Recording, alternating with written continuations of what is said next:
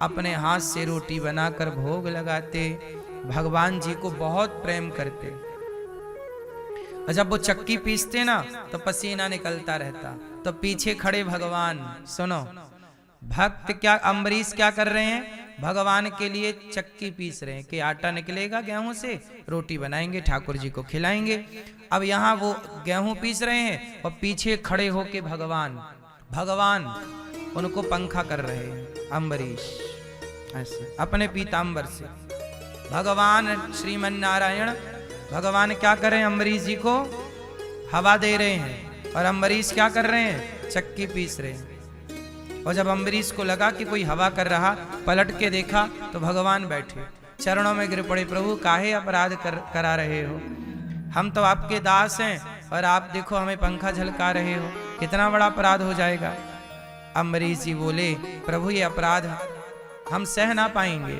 भगवान बोले, अम्बरीश क्या करूं, ये बताओ मैं किसका ध्यान करूं, मैं किसकी, मैं थक गया बैकुंठ में रहते रहते, मुझे भी सेवा करनी है, किसकी। बोले, तुम भक्त हमारी सेवा करते हो तो हमारा भी मन होता है कि हम अपने भक्तों की सेवा करें, हम कहाँ जाएं, तुम दिन भर हमें पंखा झलकाते हो, तुम दिन भर हमें हवा करते हो, हम किसको हवा करें।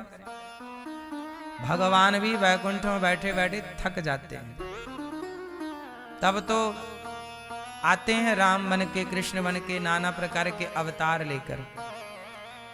लॉकडाउन था कोरोना काल में, घर में बैठे बैठे आप लोग थक गए कि नहीं। कुछ लोग तो गाड़ी लेके घूम फिर के फिर आ जाते थे घर में, कहीं जाना आना तो था नहीं, तो सड़क में घूम घाम के आ जाते थे, घर में कब तक घुसे रहे। ऐसी भगवान भी बैकुंठ में कब तक घुसे रहे, उनका भी जी करता चलो थोड़ा आज नहा के आए बढ़िया सरयू जी में, यमुना जी में। इसलिए भगवान अवतार लेते हैं जरा, कृष्ण और यशोदा का दूध पीते हैं, खेलते हैं। एक दिन क्या हुआ, कन्हैया नंगे पड़े थे यमुना के किनारे, सारे बच्चे थे और नंग धड़ंग पड़े हैं, और काय में बालू में लौट रहे हैं। ये बैकुंठ में रह रहे के थक गए हैं, यहाँ के लौट रहे हैं, चित्तपट्ट हो रहे हैं ऐसे ऐसे यमुना के किनारे। और कन्हैया अकेले नहीं थे, सारे ग्वाला सब नंगे और लेट रहे हैं। और तभी दुर्वासा जी आ गए, और जब दुर्वासा जी आए तो दुर्वासा जी को पता चला कि जगत का पालनहार अवतार लेके नंद को छोरा बन के आयो है। तो वो बाल खेल रहे थे, कन्हैया खेल रहे थे, तो संयोग से कन्हैया से आके दुर्वासा जी ने पूछ लिया, छोरा यहाँ, कन्हैया हाँ बाबा, का है गो। बाबा बोले, सुन बेटा, मैंने सुन रखे हो कि नंद को छोरा भगवान है। तो कन्हैया बोले, हाँ बाबा भगवान है, बोल का करेगो। दुर्वासा जी बोले, भैया वाह नंद के छोरा को पता बताए दे कि वो नंद को छोरा रहे कहाँ, मैं वाकू दर्शन कर लूं। तो कन्हैया बिल्कुल धूल में लिपटे थे और नंग धड़ंग खड़े थे। तो भगवान बोले कि बाबा मैं ही नंद को छोरा हूं। अब तो दुर्वासा जी को मोह हो गया। क्या हो गया, मोह। कैसा मोह, दुर्वासा जी अब भगवान बोल के चले गए, और फिर वो यमुना जी में नहाए और नहा के फिर बालू में लौटने लग जाए, फिर नहाए फिर बालू में चित्तपट्ट लौटने लग जाए, और ग्वाल वालों के संग कभी कबड्डी खेलें, कभी वो उनकी पीठ में बैठ जाएं, कभी इनकी पीठ में वो बैठ जाएं। अब दुर्वासा जी बोले, हे भगवान, ये भगवान तो हो नहीं सकता, यदि यही नंद को छोरा है तो ये भगवान नहीं हो सकता। क्यों है, नंगा घूम रहा है, बालू लपेटे हैं, ना इसके पास कपड़े हैं, ना इसके खाने का कुछ ज्ञान है, ना देखो जरा, ये भगवान थोड़ी हो सकता। सोचिए दुर्वासा जी जो दिन रात भगवान का ध्यान करने वाले हैं, जब उनके सामने भगवान आए तो पहचान नहीं पाए। भगवान को कौन पहचान सकता है, भगवान को कौन जान सकता है, जिन्हें वो स्वयं जनाना चाहें, सोई जाने जेहि देहु जनाई, जानत तुम ही होई जाए। यदि वो नहीं जनाना चाहें तो भगवान को ब्रह्मा नहीं जान पाए, मुह्यंत यत् सूरयः। नहीं जनाना चाहें तो दुर्वासा जी नहीं जान पाए, माता सती नहीं जान पाई, देवराज इंद्र नहीं जान पाए। जब नहीं ही जनाना चाहेंगे तो भला आप भला हम कैसे जानेंगे? इसलिए भगवान की सत्ता को, भगवान की माया को, भगवान को जान लेना सबके बस की बात। इसलिए कहता हूं कि तनिक जान करके घमंड ना कर लेना कि हमने सब जान लिया। तनिक जान कर अभिमान ना कर लेना कि हमने सब जान लिया। जो सब जानते थे वो भी कुछ नहीं जान पाए। जो सब जानते थे वो भी कुछ नहीं जान पाए। तुम तो कुछ नहीं जानते तो क्या सब कुछ जान लोगे?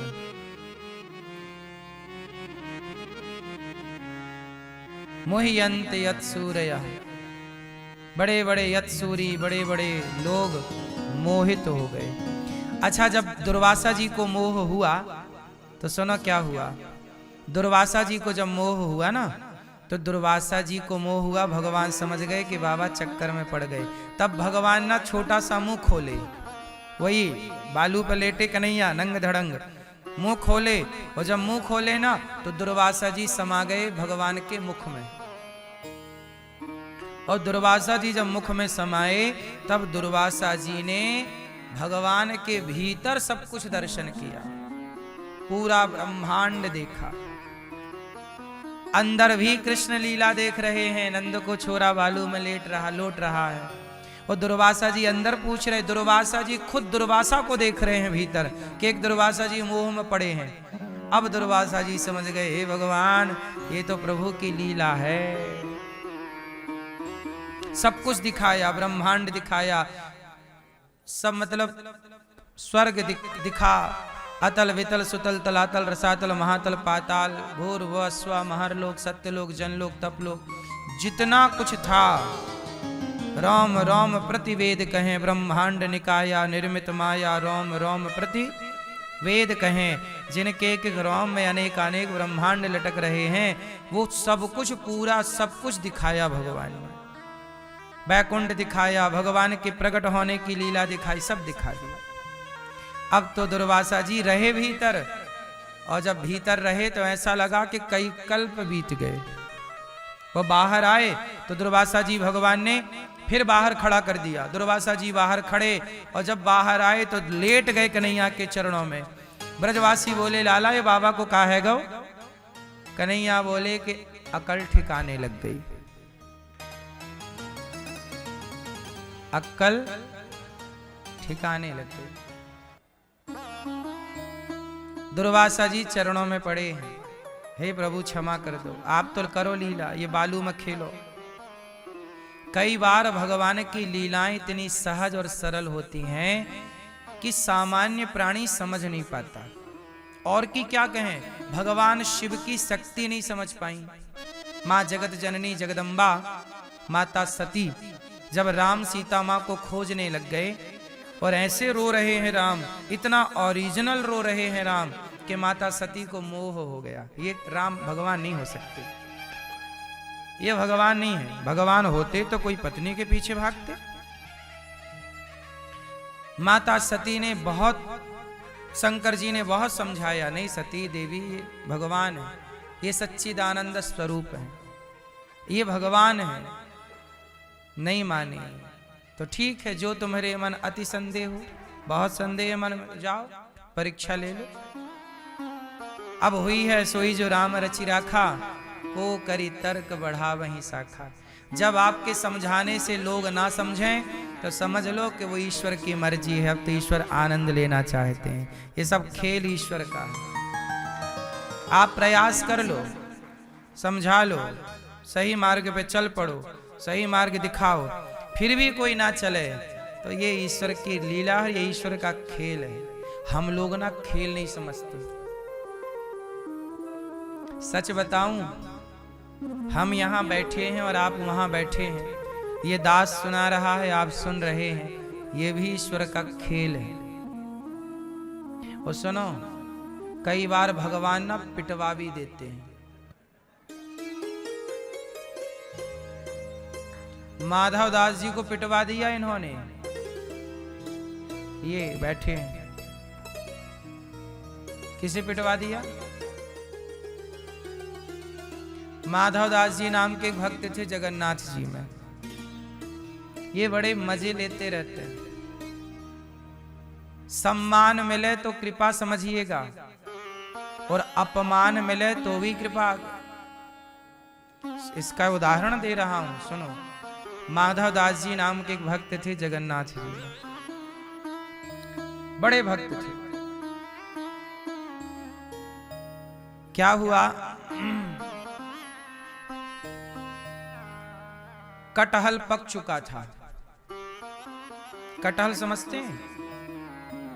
बिहार में और कुछ जगह पका, जैसे आप लोग कटहल की सब्जी खाते हो, ऐसे कुछ जगह पका हुआ कटहल खाया जाता है।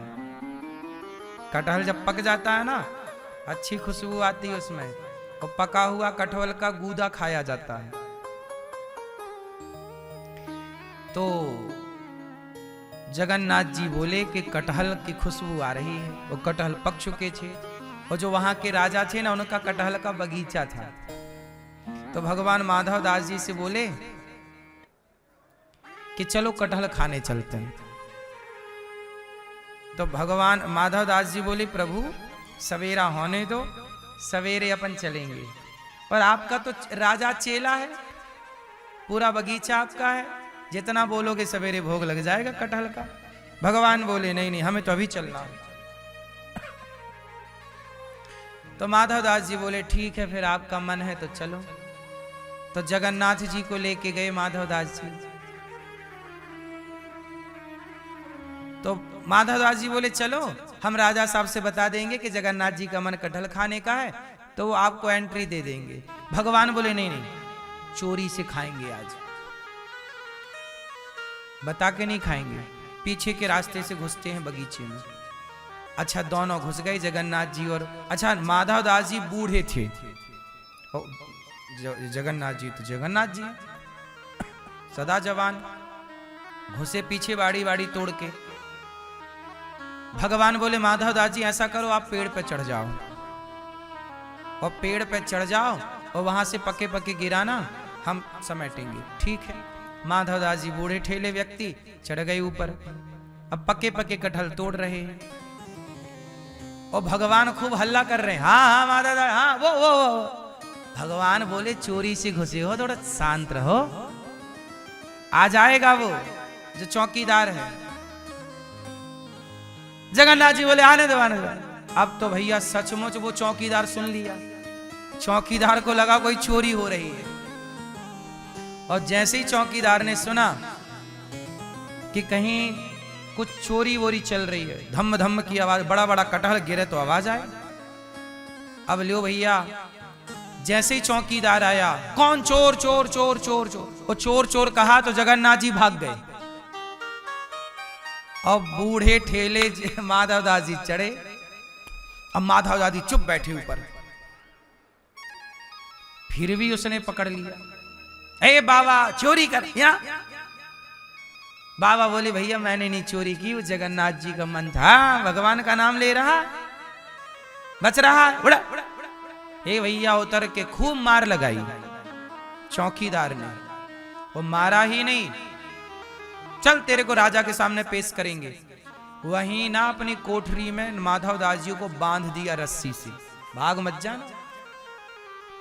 माधव दास जी बोले वाह प्रभु, अच्छा फंसवाए, हमें फंसवा के भाग गए खा पी के। और भैया चौकीदार ने अच्छे 3-4 डंडे जमा दिए। सवेरा हुआ तो माधव दास जी को लेके राजा के सामने गया चौकीदार। और जब माधव दास जी को लेके गया तो राजा ने देखा कि माधव दास जी बंधे। अच्छा, राजा जानता था माधव दास जी को, ये बहुत बड़े। राजा तुरंत सिंहासन छोड़ा और गिर पड़ा भगवान के। माधव दास, हे प्रभु आप कैसे बंधे? चौकीदार को बोला तूने क्यों बांधा इतने बड़े साधु को? चौकीदार बोला महाराज ये साधु वाधु नहीं है, चोर है, मैंने रंगे हाथों पकड़ा। राजा बोले ये चोर नहीं है, साधु है। चोर वो बोला, चौकीदार महाराज आपको गलतफहमी हो गई, ये कटहल चुरा रहे थे। तब राजा साहब ने कहा, महाराज क्षमा करो, क्या आप कटहल चुरा रहे थे? क्या है पूरी बात? तब बताई कि जगन्नाथ जी का मन था कटहल खाने का, हम दोनों ही आए थे, वो तो भाग गए और हम फंस गए। राजा ने कहा कि जगन्नाथ जी की इच्छा थी कटहल खाने की। हाँ, तुरंत राजा ने पूरा बगीचा जगन्नाथ जी के नाम लिख दिया। प्रभु आज से पूरा बगीचा। ये बिल्कुल सत्य कथा है, ये कोई कथा हम बना के नहीं बता रहे हैं, ये सत्य कलयुग की घटनाएं हैं, ये सब भक्तमाल की कथाएं हैं। हाँ गुरु जी, माधवदास जी को राजा ने प्रणाम किया और माधवदास जी गए। हम केवल ये बात आपको केवल इसलिए बता रहे हैं कि भगवान कई बार सम्मान दिलाते हैं तो कई बार अपमान भी होता है। तो आप ये मत सोचिएगा कि अरे हम तो भक्त हैं, हमारा अपमान कैसे। भगवान आनंद लेते हैं। कई बार आपने देखा होगा छोटे बच्चों को हंसाया जाता है, वो हंसते हैं ना तो माँ बाप लोग बड़ा आनंद लेते हैं। वो कई बार ना कुछ बच्चों को रुला के लोग आनंद लेते हैं। बोलो हाँ, चिटकोटी काट देंगे बच्चा रोएगा, उसे चिढ़ाएंगे बच्चा रोएगा, तो वो रोता है ना तो भी कुछ लोग आनंद लेते हैं कि भाई बच्चा, चिढ़ाते हैं। बोलो हाँ। तो बच्चे हंसते हैं, हंसने में भी सुख लेते हैं माँ बाप, बच्चे रोते हैं रोने का भी सुख लेते हैं माँ बाप। ऐसे भक्त के हंसने, भक्त के रोने का, दोनों का सुख भगवान लेते हैं।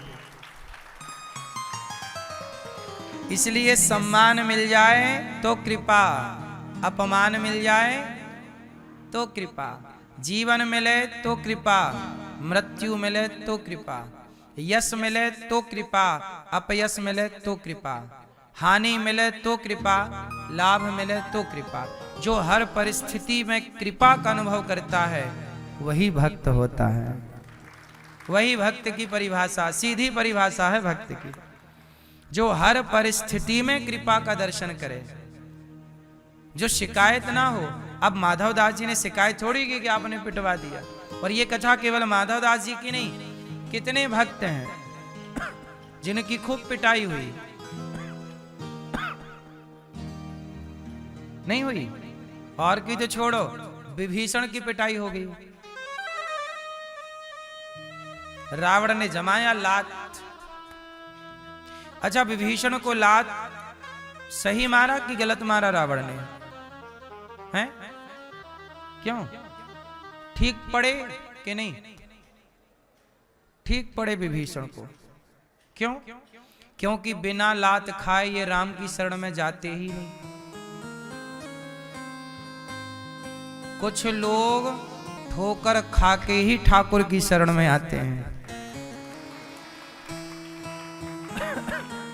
ठोकर ना लगती तो विभीषण राम के पास नहीं आते। अच्छा, रावण बहुत समझदार है। रावण जान गया कि लंका आगे यही संभालेगा विभीषण, क्योंकि हम तो सब लड़ मर के चले जाएंगे, मोक्ष पालेंगे ना राम के हाथों। विभीषण बार बार रावण डांट रहा है, अपमानित कर रहा, जलील कर रहा, पर विभीषण जा ही नहीं रहे। विभीषण का भी लगाव लंका में था, अटैचमेंट तो था ही, वरना हनुमान जी जब आए थे समझाने तभी चले जाते कि हनुमान जी हमें भी ले चलो। नहीं नहीं, हम नहीं जाएंगे अभी, तो मना कर दिया। रावण बोला कि भाई ये तो जा ही नहीं रहा, कैसे जाएगा? तो बोले बातों से नहीं जा रहा है, लातों से जाएगा। तब रावण ने एक लात जमाई और विभीषण जब लात खाए तब रावण जब ही विभीषण त्यागा, भयऊ विभव बिनु तब ही अभागा। अस कही चला विभीषण जब ही, आयुहीन भय सब तब ही, साधु अवज्ञा तुरत भवानी। रावण ने लात मारा, ये तो विभीषण के लिए भलाई थी, पर रावण के लिए नुकसान हो गया। रावण उसी क्षण अभागी हो गया जब उसने एक भक्त का अपमान कर दिया। सही है। हम आपको ये सारी बातें सिर्फ इसलिए बता रहे हैं कि अपमान भी आएगा, गालियां भी आएंगी। आप साधु हो, भक्त हो, इसका मतलब ये नहीं कि आपका केवल सम्मान होगा। अपमान सह सकते हो क्या? यदि अपमान सह सकते हो तो ही आप ईश्वर के रास्ते पर चलना, क्योंकि आप सह नहीं सकते ना तो रह नहीं सकते। आप सोचो कि नहीं जी मैं सहूंगा कुछ नहीं। भागवत जी में एक कथा है, आखिरी में एक ब्राह्मण की। वो ब्राह्मण बड़ा कंजूस था, ना पूजा करता ना पाठ करता, पैसा जोड़ता, और उसकी कंजूसी से उसकी पत्नी और उसका बेटा हो गया परेशान। ना पत्नी बेटा को कपड़ा देता ना खाने को, बस जोड़ जोड़ के रखता, सब जगह ताला ताला, पैसा बहुत अच्छा। वो खाता क्या? बासी रोटी। पत्नी को एक साड़ी पहनाता सालों तक, वो बच्चे को भी ना दे। तो एक दिन पत्नी और बच्चों ने मिलकर के उसकी खटिया खड़ी और बिस्तर गोल कर दिया, सारा धन ले लिया और उसको चल बाहर, अपमानित कर दिया, तिरस्कार। और जब उस ब्राह्मण का तिरस्कार हुआ तो उस ब्राह्मण के अंदर ना बड़ा वैराग्य पैदा हो गया। उसने कहा, राम राम, मैंने जितना समय परिवार को दिया, जितना मन मैंने धन में लगाया, इतना मन यदि मैं भगवान में लगाता तो निश्चित मेरा कल्याण हो जाता। और इसके बाद तो उसने अपने को ऐसे ईश्वर से कनेक्ट किया, जोड़ा, भगवान में ऐसा समर्पण किया कि उसका समाज में खूब अपमान हुआ। लोग उसे कंजूस कंजूस कह के बुलाते, यहां तक कि जब वो लेटता सोता तो लोग उसके ऊपर मूत्र कर देते। जब वो बैठता ना कहीं तो कुछ लोग जाके उसके ऊपर लघु शंका कर देते, उसके ऊपर मलमूत्र फेंक देते, मारते, मल से मारते उसे। इतना अपमान, लेकिन उसने एक बार भी किसी को कुछ नहीं कहा। सारा अपमान सहता गया, सहता गया, और सहने से क्या हुआ, वो बिल्कुल निर्मल हो गया। और जब निर्मल हुआ तो उसी कंजूस को जब निर्मलता आई तो उसी को भगवान का साक्षात्कार हो गया। भगवान अपनी कसौटी में आपको कसकर देखना चाहते हैं कि आप कच्चे हैं कि पक गए। अब पुनः अम्बरीश के साथ क्या हुआ? अम्बरीश जी चक्की पीस रहे हैं और पीछे बैठे भगवान पंखा झलका रहे हैं। अम्बरीश जी ने कहा, प्रभु मुझे पापी ना बनाइए। भगवान बोले, मैं कहां जाऊं, किसकी सेवा करूं? तुम्हारी करूंगा, तुम करो। अम्बरीश जी भोग लगाएं, भगवान हाथ से ग्रहण करें। क्या हुआ? अम्बरीश जी एकादशी का व्रत करते थे, और एकादशी के व्रत का नियम है कि द्वादशी को पारण कर लेना चाहिए, त्रयोदशी लगने से पूर्व। एक दिन क्या हुआ कि अम्बरीश जी ने एकादशी का व्रत किया, और द्वादशी के दिन ना वो सारे ब्राह्मणों को बुला करके और भोजन करा रहे थे। एकादशी का भी कुछ नियम है, नियम तो बहुत सारे हैं, पर मैं कुछ कह दूं आपसे। एकादशी के दिन ना सवेरे जल्दी जाग जाना चाहिए, दिन भर भगवान का कीर्तन, भगवान का चिंतन करना चाहिए, पूरा दिन भगवान के नाम समर्पित करना चाहिए। भूख लगने पर हल्का सा फल खा सकते हैं, निराहार भी कुछ लोग रहते हैं, कुछ फल इत्यादि का सेवन भी कुछ लोग करते हैं। तो जो आपके शरीर की सामर्थ्य हो वो आप कर सकते हैं। आप निर्जला रहना चाहें, कुछ खाना चाहें तो फल का सेवन कर सकते हैं। और बड़े प्रेम से दिन भर आप भगवान का कीर्तन भजन सुमिरन में लगाइए। अगले द्वादशी के दिन आप क्या करिए, अम्बरीश जी ने ब्राह्मणों को भोजन कराया। पहले ब्राह्मणों को, कन्या को भोजन कराओ। एकादशी के बाद द्वादशी को किसी को भोजन कराओ, ब्राह्मणों को भोजन कराओ। और ब्राह्मणों को भोजन कराया अम्बरीश जी ने कि तभी क्या हुआ, दुर्वासा जी आ गए। दुर्वासा जी आए तो अम्बरीश जी ने कहा महाराज आप भी प्रसाद पालो। तो दुर्वासा जी बोले मैं स्नान करके आता हूं। वो स्नान करने चले गए। तब तक क्या हुआ, द्वादशी तिथि खत्म हो रही थी और त्रयोदशी तिथि का आगमन हो रहा था। कई बार तिथि की हानि हो जाती है, कम समय के लिए तिथि आती है और दूसरी तिथि आकर के लग जाती है। उस दिन भी यही था कि द्वादशी की हानि थी, कम टाइम पे द्वादशी जा रही थी और सीधा त्रयोदशी आ रही थी। अब दुर्वासा जी लौटे नहीं और संत को भोजन कराए बिना भोजन कैसे करें। तब ब्राह्मणों के परामर्श से द्वादशी को पारण करना आवश्यक है। तो अम्बरीश जी ने क्या किया, भगवान श्री शालिग्राम भगवान का चरणामृत ग्रहण कर लिया। क्या ग्रहण कर लिया, चरणामृत। और जैसे ही चरणामृत वो पिए कि दुर्वासा जी सामने से आ गए। दुर्वासा जी बोले वाह, बहुत बड़ा भक्त बना घूमता है, बिना साधु को खिलाए खा गया, बिना साधु को भोजन कराए और पारण कर लिया, बड़ा भक्त बना घूमता, आज तेरी खबर लेता हूं, बड़ा घमंडी हो गया। अब अम्बरीश जी शांत खड़े और साधु कर रहे हैं क्रोध। एक बाल उठाया दुर्वासा जी ने, एक बाल निकाला अपनी जटा का और बाल निकाल के जमीन पर पटक दिया। तो एक कृत्या नाम की राक्षसी पैदा हो गई। एक कृत्या पैदा हुई और वह अम्बरीश को खाने के लिए दौड़ी कि तूने साधु का अपमान किया है, आज तुझे खा जाऊंगी। और जैसे ही वहां कृत्या दौड़ी, अम्बरीश जी के रक्षा में सुदर्शन भगवान थे। जैसे ही कृत्या गई, सुदर्शन भगवान ने तुरंत कृत्या को जलाकर समाप्त कर दिया। और जब कृत्या जली तो सुदर्शन भगवान को आया क्रोध और सुदर्शन भगवान दौड़े किसको जलाने, दुर्वासा जी को।